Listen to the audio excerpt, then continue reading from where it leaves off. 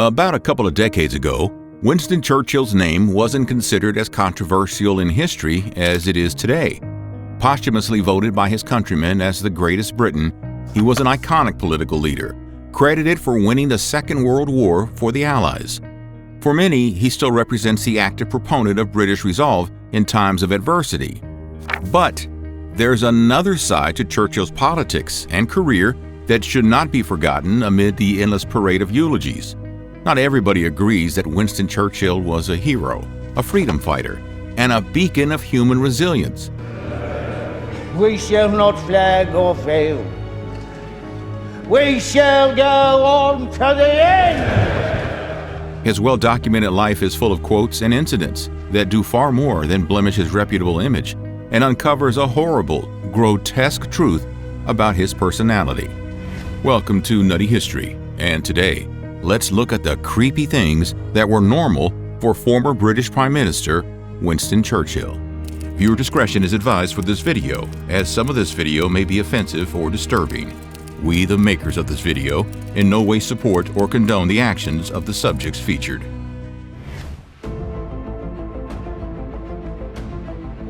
The 1925 Protocol for the Prohibition of the Use of Asphyxiating, Poisonous, or Other Gases and of Bacteriological Methods of Warfare, commonly known as the 1925 Geneva Protocol, outlawed the use of chemical weapons in wars, but sadly the ban hasn't been very effective. One of the horrible legacies of the Vietnam War is the terrible generational consequences of chemical weapons. Recently, sarin gas was used in Syria, and that was only 10 years ago in 2013. The British have been no strangers to the use of chemical weapons. During the Third Battle of Gaza in 1917, General Edmund Allenby fired 10,000 cans of asphyxiating gas at enemy positions. In the final months of the First World War, British scientists at the Porton Governmental Laboratories in Wiltshire developed a far more devastating weapon. This top-secret weapon was christened M-Device, an exploding shell containing a highly toxic gas called diphenylamine chloroarsine. The man in charge of developing it was Major General Charles Fuchs, who called it the most effective chemical weapon ever devised. Winston Churchill, the Secretary of State for War, was determined to use them against the Russian Bolsheviks. Historians have sufficient reason to believe that Churchill planned and executed a sustained chemical attack on northern Russia in the year 1919. Armed with no less than 50,000 M-devices, the British bombed a series of Bolshevik-occupied northern Russian villages, sending the enemy running in panic as the green gas clouds caused everyone they caught to throw up blood and fall unconscious. Even though the M-Device proved less effective than Churchill had hoped, partly because of the damp autumn weather, he continued to be an advocate of the continued use of chemical warfare. He also considered using chemical weapons against the rebellious and revolutionary locals in northern India.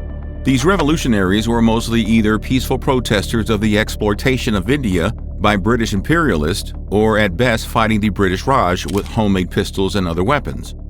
According to history author Giles Milton, Churchill was seriously considering and suggesting the use of gas against Indians and Afghanistanis. He had proposed the usage of chemical weapons against the troublesome northwestern tribes at the border of British India and Afghanistan in an internal memo to the India office. Churchill furthered his stance by mentioning in the memo that he doesn't understand why everyone is so squeamish about using poison gas as a weapon. When the India office objected to such policy, Churchill replied, "The objections of the India office to the use of gas against natives are unreasonable. Gas is a more merciful weapon than a high-explosive shell and compels an enemy to accept a decision with less loss of life than any other agency of war. The moral effect is also great. There can be no conceivable reason why it should not be resorted to." Despite the M-Device operation in Russia being a top-secret endeavor, someone leaked it. Churchill was asked to answer questions on the subject in the House of Commons on May 29, 1919. The sly politician lied about the operation and counterblamed the Red Army for the use of chemical warfare. He also insisted that as the Red Army was using chemical warfare, there shouldn't be a moral debate over whether it's okay to employ poison gas against them. In truth, there was no evidence or base behind his statement that the Bolsheviks were using chemical weapons. After the First World War, Churchill was appointed as Minister of War and Air by the then Prime Minister David Lloyd George. During the Iraq Uprising in 1920, after the RAF failed to end the resistance, Winston Churchill suggested using chemical weapons again. This argument put him at odds against the rest of the British government. As soon as he became Prime Minister in 1940, Churchill wanted Britain to start manufacturing and deploying chemical weapons on the battlefield. The military intelligence managed to change his mind when they informed him that Germany was capable of dropping 3 to 4 times more chemical bombs than Britain. The outcome was a contingency plan to use gas warfare as a counter, only if Adolf Hitler ordered an invasion of Britain or employed chemical warfare first. On May 30, 1940, he told the cabinet that Britain should not hesitate to contaminate their beaches with gas. By the end of September, with the invasion scare over, he decided against the first use of the weapon. He instructed his Chief of Staff, General Hastings Ismay, that stocks should be maintained. So even if Britain is not going to use gas warfare at present, they should be able to reply if the need arises. By 1944, according to British intelligence, Britain's stock of chemical weapons was far larger than Nazi Germany, and Churchill spared no expense in ordering 500,000 chemical weapons from the U.S. The Second World War had already posed a lot of questions on morality during war times, but Churchill had no limits. He wrote to General Ismay that it is absurd that the church people are arguing over the morality of chemical warfare when they had no issue over its use in the last war. He compared their opinion to women's fashion, stating that it changes as a woman changes between long and short skirts. Yep, Churchill didn't have much of a favorable opinion about women's choices either. But more on that later, because there's more things to talk about here. Churchill also didn't care much for the lives of millions of Indians who starved to death because of him.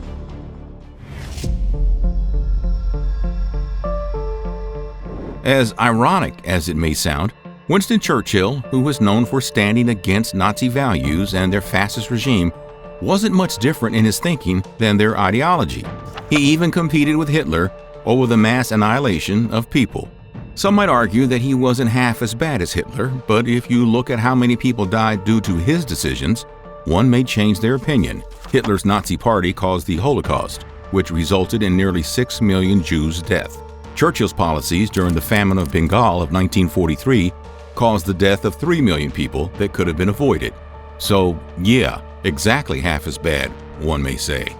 Churchill and his cabinet did abandon millions to starve to death.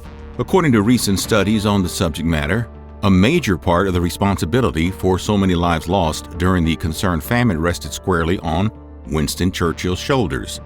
During the course of modern history, India has been hit by many famines, and all but one of them were caused by serious droughts. The other one was the 1943 famine in Bengal, which killed up to 3 million people and was the outcome of something else. Despite the eastern Indian region being affected by drought for much of the 1940s, ironically, the famine peaked in a year when rain levels were above average. Research has presented evidence that the British cabinet was warned repeatedly about the exhaustive use of Indian resources for the war effort that could result in famine. But Churchill and the rest of the cabinet opted to continue exporting rice from India to elsewhere in the empire after Japan's conquest of a major rice source, Myanmar. According to certain sources, Churchill was secretly sending food shipments to war-stricken Britain and other European countries and denying access to Bengal. Indian rice was transported to other parts of the empire in great quantities, and despite multiple warnings and pleas by local officials, the country was left largely without emergency food supplies. Of course, the world wars were fought amongst the first world countries, but they were fought for and at the expense of third world countries. However, Churchill's personal opinion on the matter was entirely different. He was quoted blaming the famine on the fact that Indians were, quote, breeding like rabbits. Also, if the shortages were so bad, how come Mahatma Gandhi was still alive? Yes, the Great Britain was not a fan of arguably the greatest Indian. Churchill was pretty open about how he felt about Gandhi and would not shy away from using colorful language to insult the Indian Congress leader. The two leaders only met once in 1906, long before Gandhi became a politician. But Churchill's animosity for the pacifist leader began in the 1930s, when he was campaigning for regaining the office of Prime Minister.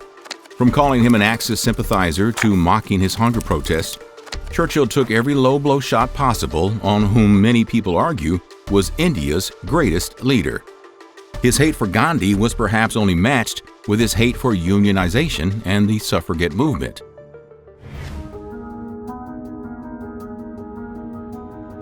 In his early political career, Winston Churchill made comments about women's right to vote even at the cost of endangering his own life. His stand and comments against women's right to vote earned him the ire of militant suffragists. During a meet and greet in Bristol, one of the radical female activists almost succeeded in sending him under the approaching train.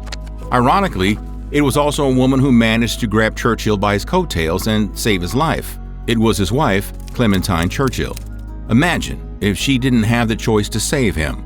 According to Richard M. Langworth of Hillsdale College's Churchill Project, many of Churchill's infamous rants against why women do not deserve the right to vote have survived, despite history trying to subdue it.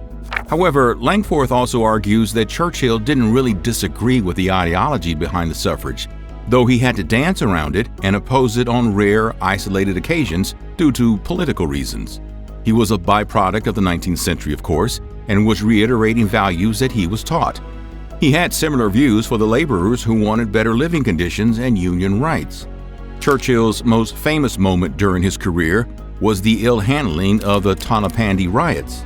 The riots had erupted in November 1910 in the South Wales town because of a dispute between workers and the mine owners, culminating in strikes that ultimately lasted almost a year. When the strike clashers clashed with local police, then Home Secretary Winston Churchill sent in soldiers. Though there is no evidence supporting the claim that shots were fired by the soldiers, the incident earned Churchill a bad name in Wales. A year later, Churchill had a chance to prove his critics wrong when soldiers were sent to strike-related riots in Liverpool. However, soldiers locked the rumors about Churchill by firing shots, and 2 people ended up dead.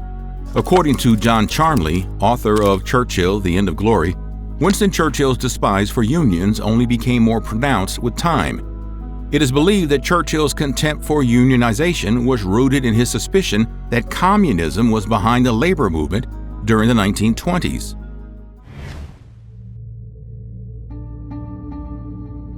Churchill may have been the bannerman of world leaders who united against Hitler's ideology of Aryan supremacy, but history is filled with suggestions that Churchill too subscribed to eugenics, a problematic belief that the human species could and should breed out its undesirable elements. Obviously, this belief has catered to those who like to advocate the abhorrent idea of white hegemony. He had a twisted view of Darwinism, where he saw himself and Britain as being the winners in the social Darwinian hierarchy. He perhaps had a whole racial pyramid in his secret study somewhere, in which he put white Protestant Christians at the top, followed by white Catholics.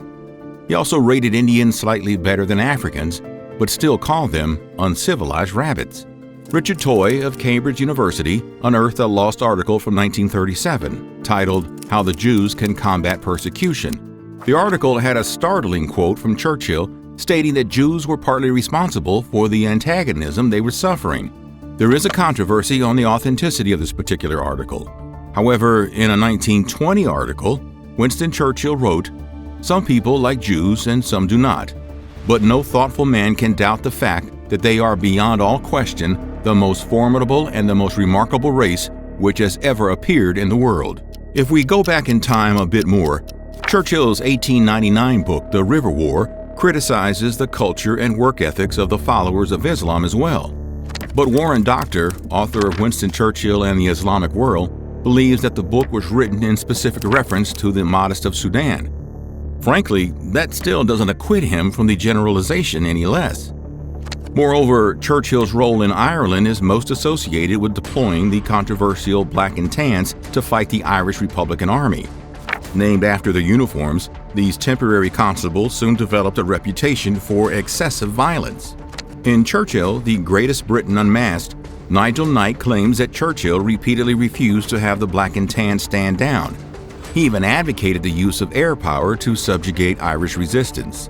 According to Richard Toye's book, Churchill's Empire, while Churchill was a member of Parliament, he advocated the British Empire's policy of conquest by saying that the Aryan stock is bound to triumph. So much for the opposition of Hitler. It is reported that after Churchill became Home Secretary in 1910, he became royally fascinated with the subject of forced confinement, segregation, and sterilization.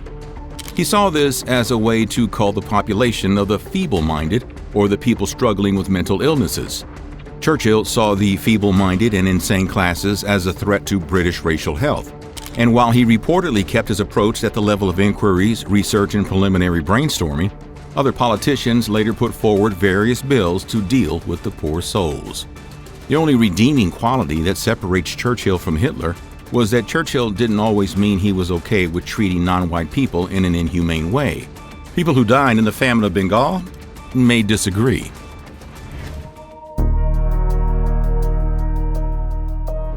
The real nemesis of Winston Churchill were perhaps debtors, taxmen, and lawmen. Churchill was addicted to gambling and alcohol, and due to that, he ended up bankrupt several times over his life. He squandered an inheritance with unwise stock market speculation and rampant spending over champagne. Eleanor Roosevelt once wondered how anyone could smoke so much and drink so much and keep perfectly well. He preferred to be called alcohol dependent rather than an alcoholic. Yeah, as if there's a difference. He was often bailed out by his rich friends when debtors came to collect, and often the government would pay for his copious amount of liquor expenses. According to his private secretary, Sir John Colville, Churchill also became involved in an affair with socialite Doris Castleross, who was the great aunt of celebrity Cara Delevingne, while being out of the office during the 1930s. And to think poor Clementine saved his life for this. But the real shocker was Churchill agreeing to represent Royal Dutch Shell and Burma Anglo-Persian Oil Company for a merger in return for a private fee of £5,000. Now, by modern political standards, the 1923 payment would be considered highly inappropriate. Was it a bribe? Technically, maybe not. But was it a conflict of interest? Debatable, but most likely, it was. Tell us in the comments, does this video change your view on the British Bulldog, also known as the Greatest Briton? And as always, thanks for watching Nutty History. Please like, share, and subscribe if you enjoyed the video.